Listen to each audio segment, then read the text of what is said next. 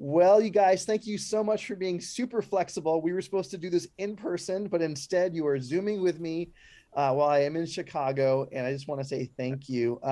Why don't you each go around and just share your name and how long you've been at UCC? So, Lolita, why don't you go first?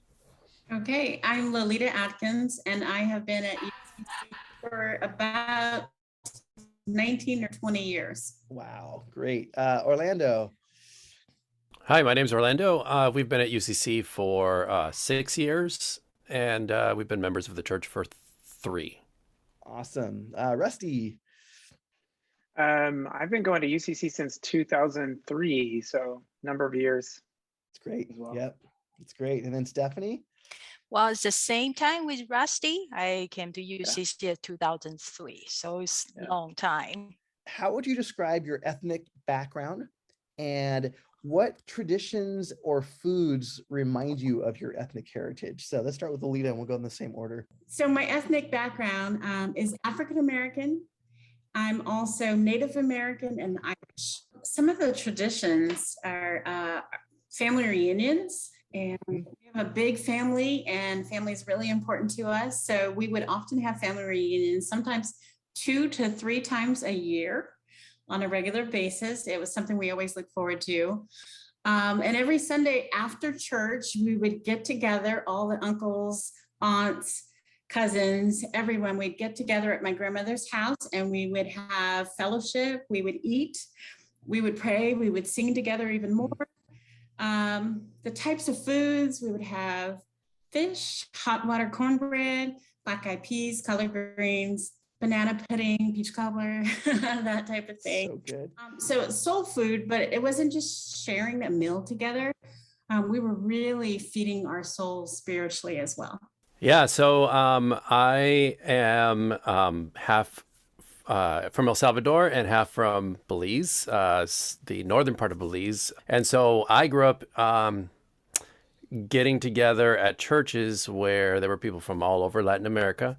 And so we would eat food from all over the place, like enchiladas and arroz y frijoles and all that kind of stuff. But the food that really does it for me are things like plátano frito, which are fried plantains with refried beans and a little cream. And then, of course, being from El Salvador, pupusas, which are these big, fat, tasty tortillas with filling on the inside and warm and bubbly cheese and all that. And that reminds me very much of my heritage. Like I smell that stuff and I'm transported back. I would say I grew up like white, rural, and poor. My ethnic heritage was not something that my family really talked about much growing up.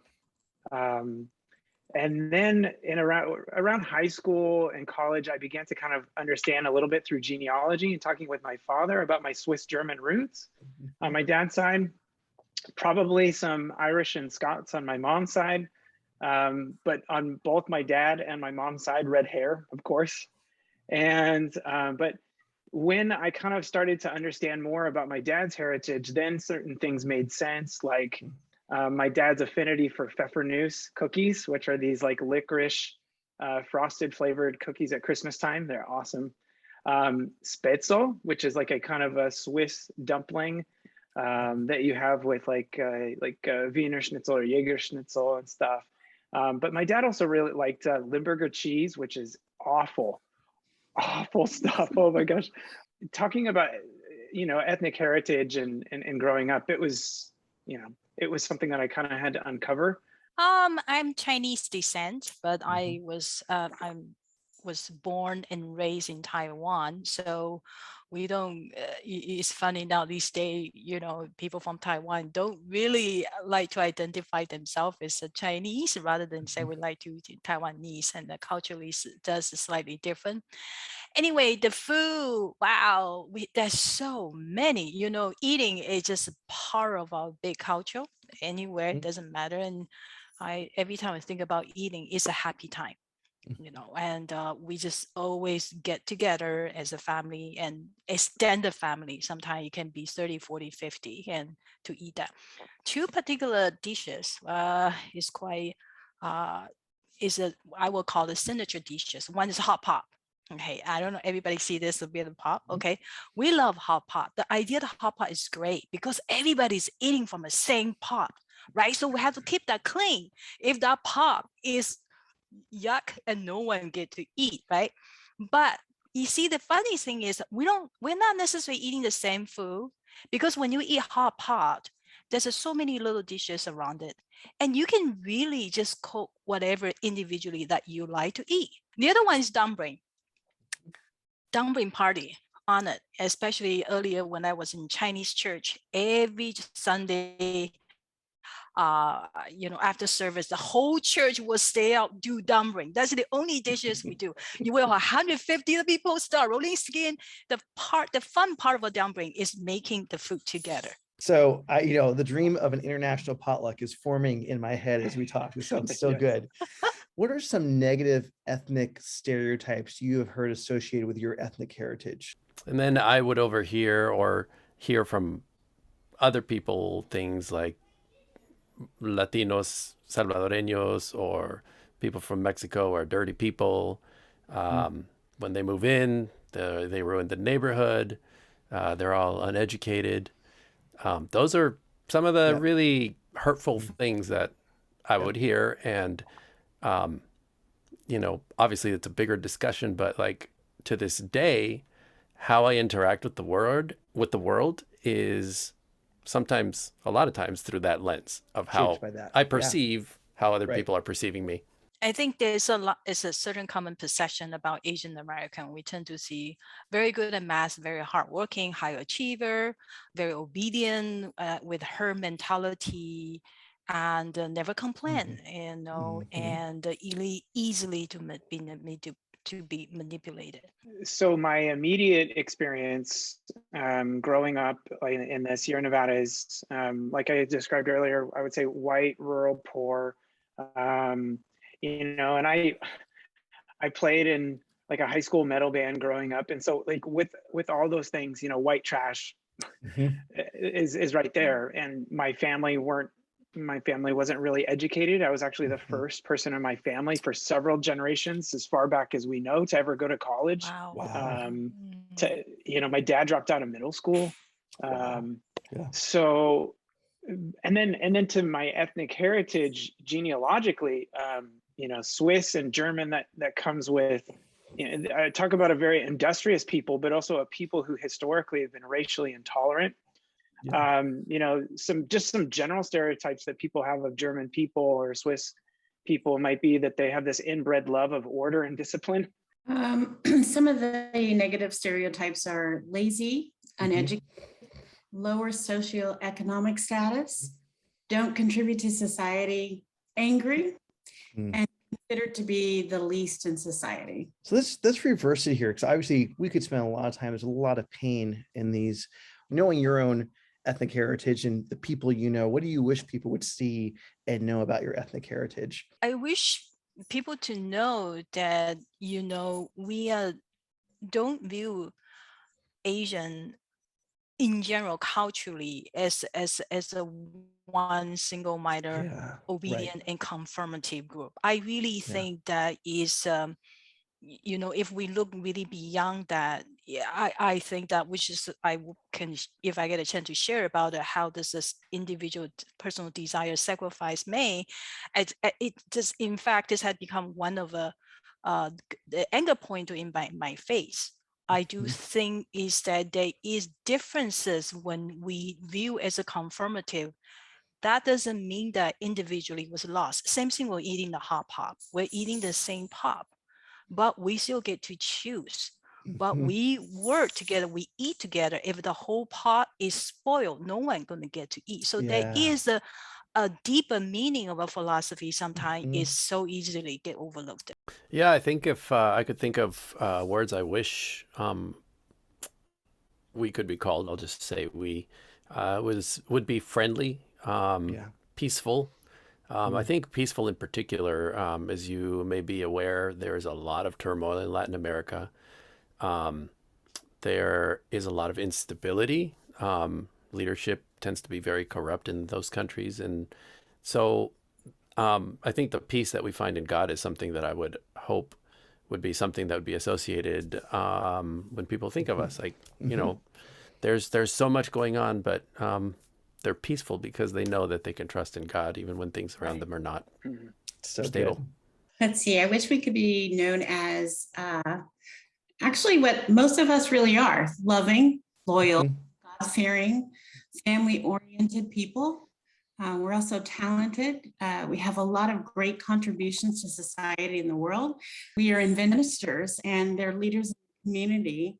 They're also very loyal. They're still married to their first wives. So they were great role models for our family and certainly for me as well.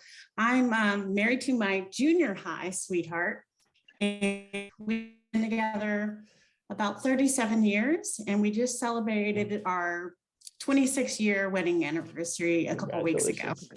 I just put down a few words. I would hope that we would be kind, hardworking, generous, and compassionate, you know.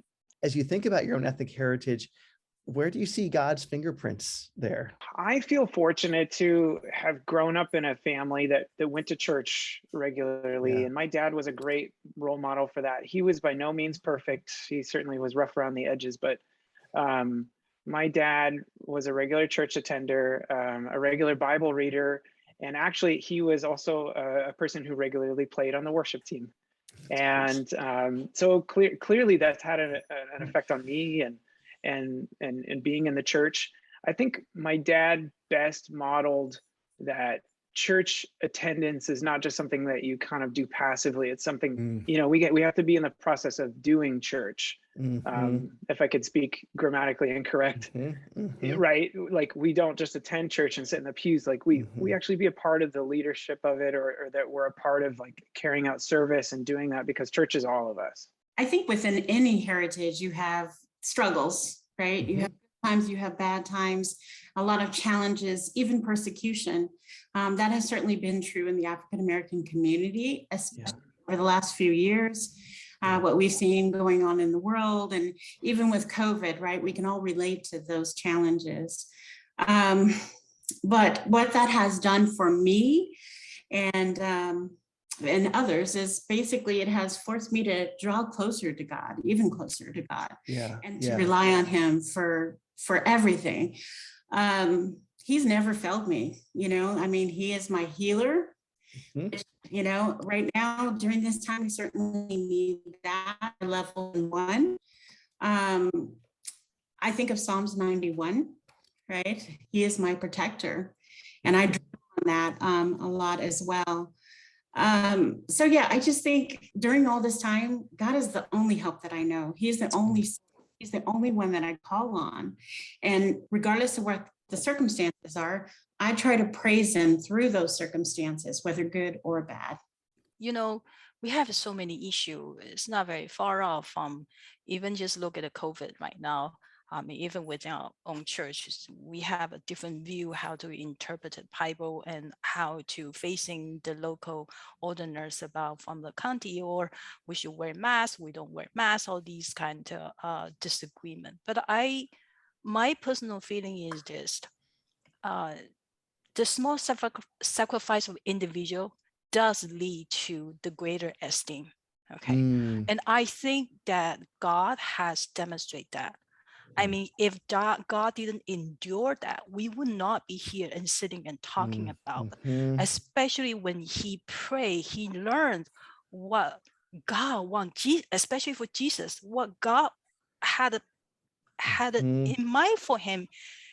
He suffered, He prayed, He cried. Yes, right? But He chose to go through it. He chose that obedience to go through it. The sense of obedience and suffering for the greater cause is right. very godly. I think it is so necessary. I think for me, I grew up a pastor's kid, so weekends were always church. So my family was church, and I think one of the things I realized over time was that for our culture, for our Latin American culture, family is it. When you make an activity, it's not for the young people or for the old people or older people. It's for the family. And You know, I think that's one thing I really fondly remember, and it makes me think that, we're all part of God's family, and just like in our families, we're accepted, we're loved just as we are. And it makes me just long for the time when we can be together as a Christian family with God.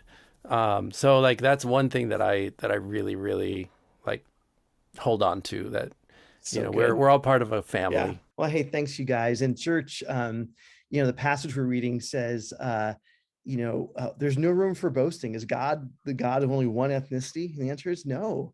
God has justified all of us who call ourselves followers of him and trust in him. And so therefore, there's no reason to look at a brother or sister who comes from a different ethnic group and think of yourself above that person in any way. There's just no room for boasting. We're all broken by sin. We're all unrighteous, and God has made us righteous. And I just want to give you a picture of that in our own church. So thank you guys so much for sharing your stories. Thank you. Thank Thank you for you. inviting us.